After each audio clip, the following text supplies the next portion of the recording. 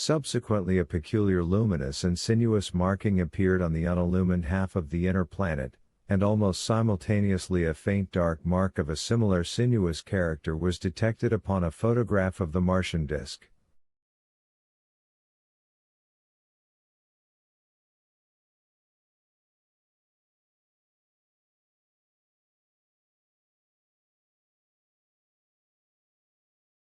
One needs to see the drawings of these appearances in order to appreciate fully their remarkable resemblance in character.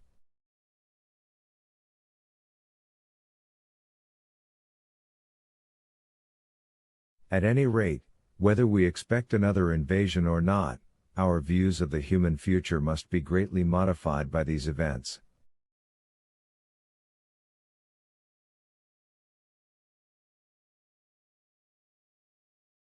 We have learned now that we cannot regard this planet as being fenced in and a secure abiding place for man. We can never anticipate the unseen good or evil that may come upon us suddenly out of space.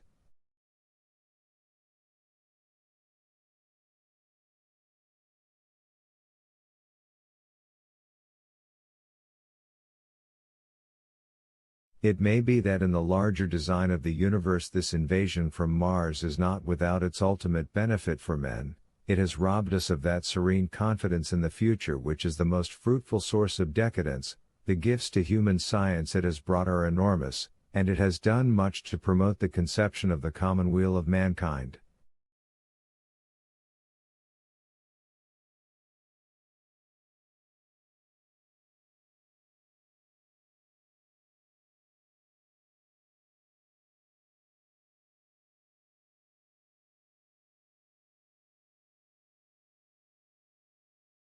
It may be that across the immensity of space the Martians have watched the fate of these pioneers of theirs and learned their lesson, and that on the planet Venus they have found a securer settlement.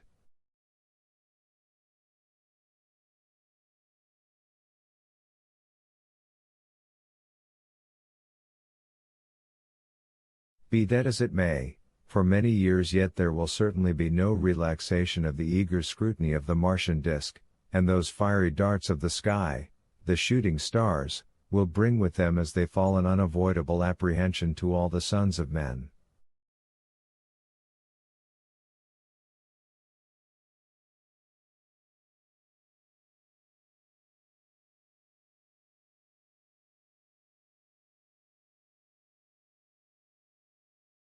The broadening of men's views that has resulted can scarcely be exaggerated.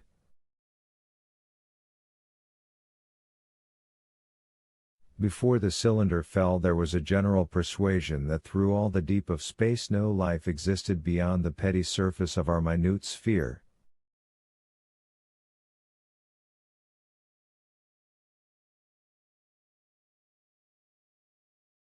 Now we see further. If the Martians can reach Venus, there is no reason to suppose that the thing is impossible for men.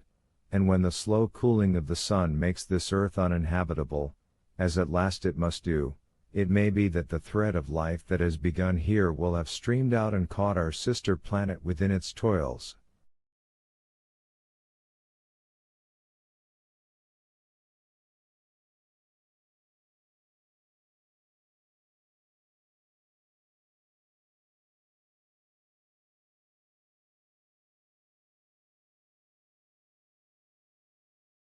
Dim and wonderful is the vision I have conjured up in my mind of life spreading slowly from this little seed bed of the solar system throughout the inanimate vastness of sidereal space.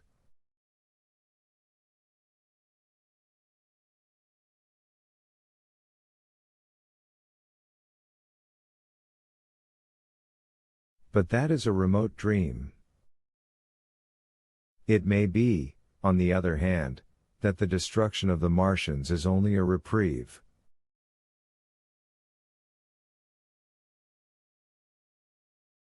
To them, and not to us, perhaps, is the future ordained. I must confess the stress and danger of the time have left an abiding sense of doubt and insecurity in my mind.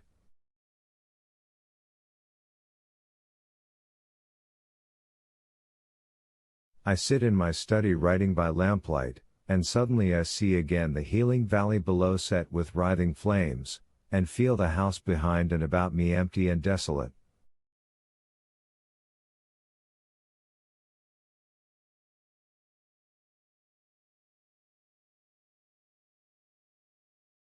I go out into the Byfleet Road, and vehicles pass me, a butcher boy in a cart, a cab full of visitors, a workman on a bicycle, children going to school, and suddenly they become vague and unreal, and I hurry again with the artilleryman through the hot, brooding silence.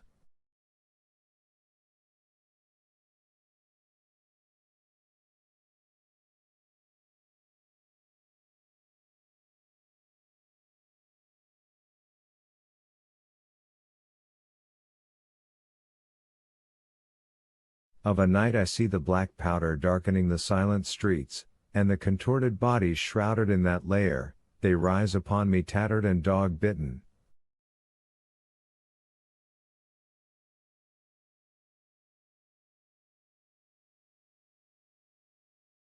They gibber and grow fiercer, paler, uglier, mad distortions of humanity at last, and I wake, cold and wretched, in the darkness of the night.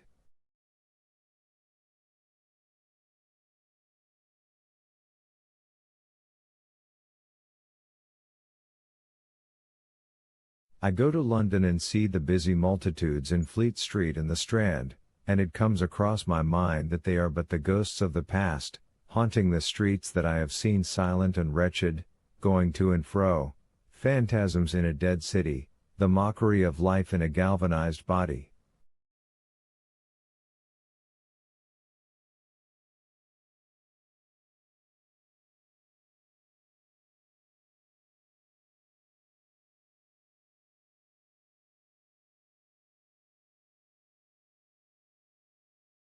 And strange, too, it is to stand on Primrose Hill, as I did but a day before writing this last chapter, to see the great province of houses, dim and blue through the haze of the smoke and mist, vanishing at last into the vague lower sky, to see the people walking to and fro among the flower beds on the hill, to see the sightseers about the Martian machine that stands there still, to hear the tumult of playing children, and to recall the time when I saw it all bright and clear-cut, hard and silent, under the dawn of that last great day.